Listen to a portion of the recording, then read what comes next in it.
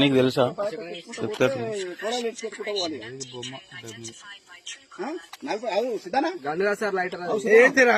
Sir చూడండి sir సరే dummy కానీ గన్ను లాగా ఉంది 40-50 మంది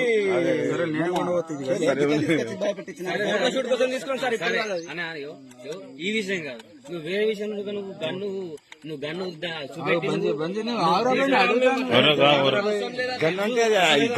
వాడేంద్ర ఇవాళ పొలం పంచాదా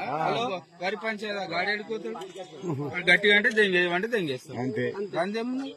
అన్యమన్నా వచ్చేది ఉందా పోయేది ఉందా అది దాంతో ఏం పంచాలి. మరి డిజైన్ పెట్టుకుని